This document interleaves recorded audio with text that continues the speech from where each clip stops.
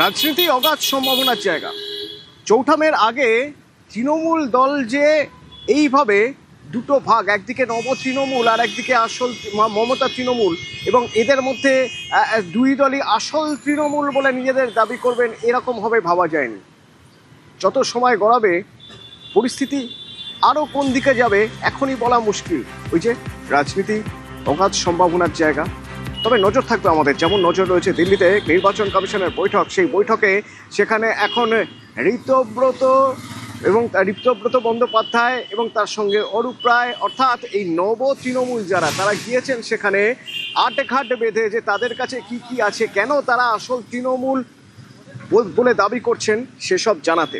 নজর থাকবে আমাদের। পাশাপাশি নজর থাকবে দেবরাজ চক্রবর্তীকে পুরুলিয়া থেকে গ্রেপ্তার করা হয়েছে, ঝাড়খণ্ড থেকে গ্রেপ্তার করা হয়েছে এবং গ্রেপ্তার করে নিয়ে আসা হয়েছে।